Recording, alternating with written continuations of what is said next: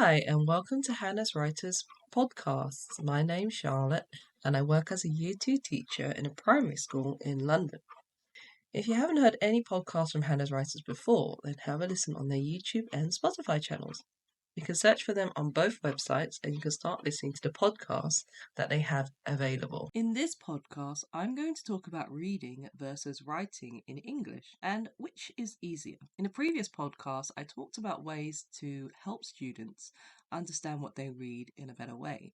So if you're interested in that, you can have a listen after you've heard this podcast. So as children, we start learning how to read and write in one particular language. And we call this our mother language or our first language.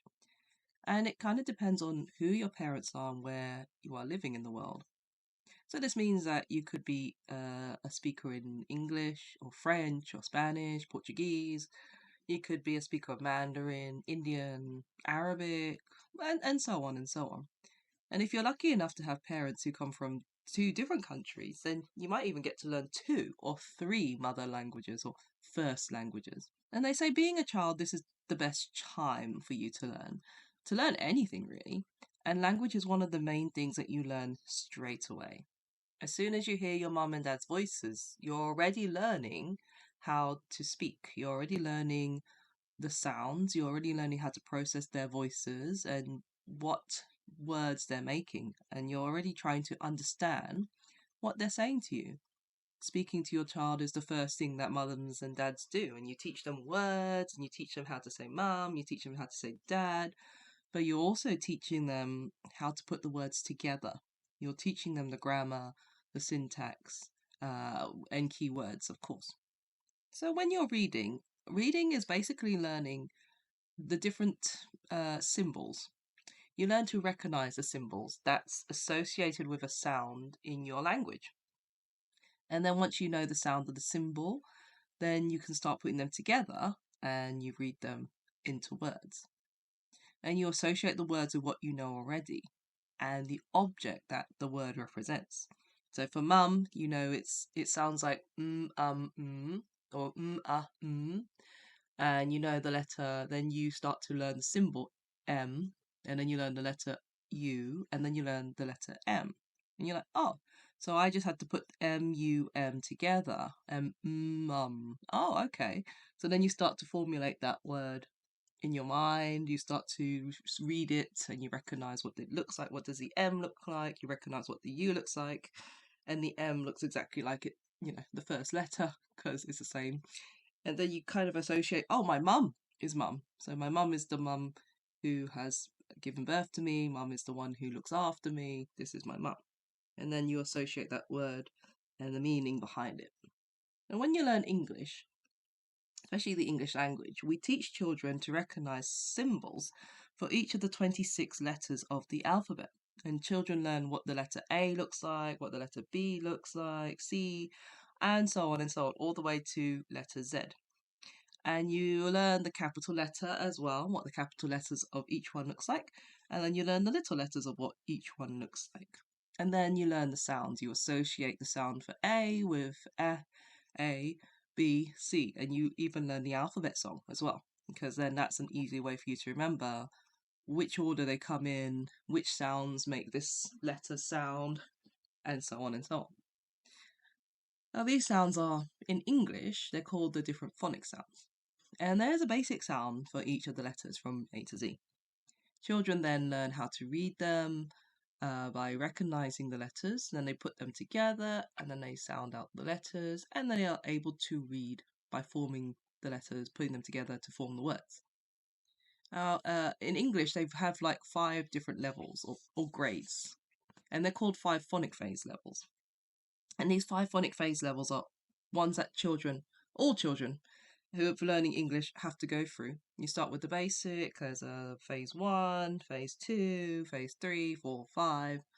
After phase 5, then it moves into more tricky ones, and this is where you get the silent letters happening, and you get the alternatives, and then you get the different sounds of different words. If anyone has tried to spell through and though, and you're just like, but it's through without the R, but it doesn't sound like through, it sounds like though.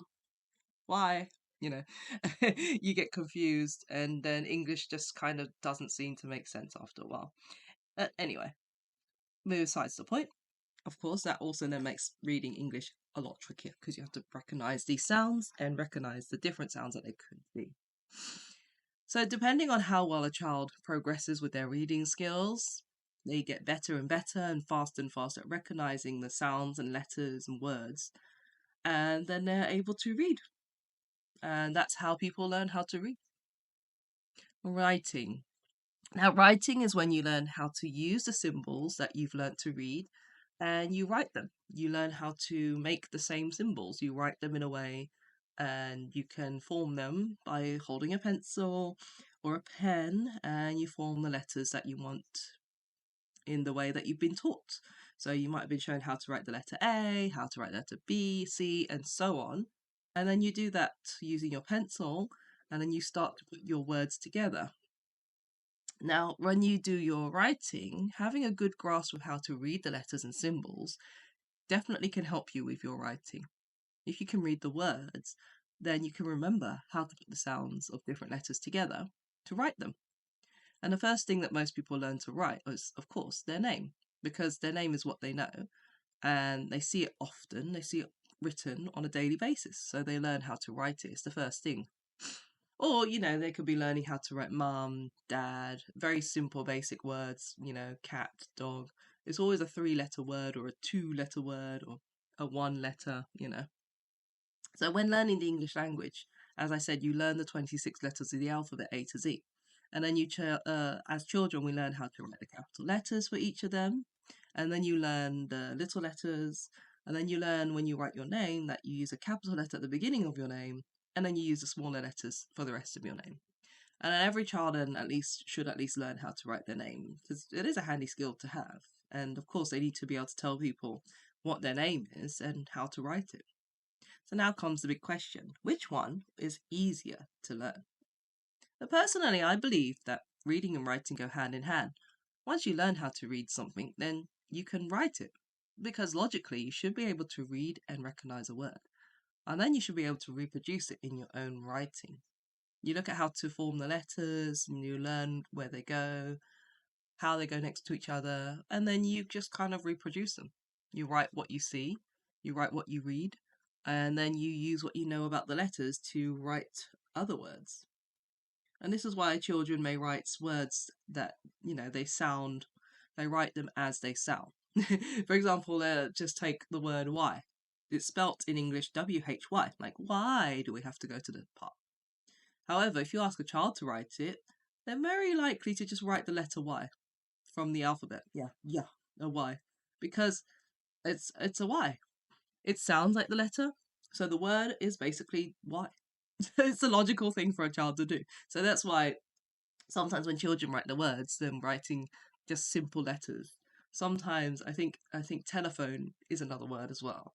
They get TELE, then with they put an F, then an O, and then an N, and that's telephone or telephone if you're reading it. But that's how they're doing it. They're using their phonics, which is the right thing to do, and they're writing what they know. But then they learn. This is where all those lovely spelling tests come into play. They learn how to spell it properly. And then they learn that English is actually really hard and really annoying. And why doesn't things sound the way they are spelt, or spelt the way that they are sound? Sometimes children even write a whole sentence using this logic. And if you work at a school, you will definitely see this a lot, especially in children aged 4 to 7. They use their knowledge of phonics to write words because they may not know the proper spelling of a word. They may not have seen this word before, like telephone. And to be fair, yeah, who has seen this unless they go to London and they see telephone boxes everywhere, then they learn the proper spelling. So yeah, those annoying spelling tests, if you remember those in the past, they come into play at this point. Because as teachers, we need to teach the children, yeah, that's right, you can use your phonics to spell out the word. However, the correct spelling is da da da. And then they learn the phonic sounds. PH is a th sound, and it's used in telephone, elephant, dolphin, and you learn all the different words that this PH sound is used in. So overall, I think that reading and writing really do go hand in hand. You need to learn both at the same time. And it's like any kind of practice. If you decide not to practice it, or if you decide to leave it and you don't spend the time learning, and it gets harder and harder to do as you get older and older. As a child, it's a lot easier to learn because you pick it up straight away. It's one of those things that becomes ingrained in you because you do it every day. And yeah, if you don't practice it all the time, then it gets harder and harder to do, and you're not as good at it as you thought you were. Well, thank you very much for listening to this podcast. That's all for this podcast, and I hope that you enjoyed it. Again, as I mentioned earlier, there is another podcast where I was talking about how to be a better reader. I think it was podcast number 13, maybe. I'm not quite sure on the numbering, but yeah, it's called How to Be a Better Reader, or Becoming a Better Reader. So if you'd like to listen to more, then like and subscribe at the Hanaz channels. And you can also listen to the podcast on their YouTube and Spotify channels on the Hanaz Writers. And also follow us their Facebook, which is at Hanaz.writers. Thank you very much for listening, and until next time, bye.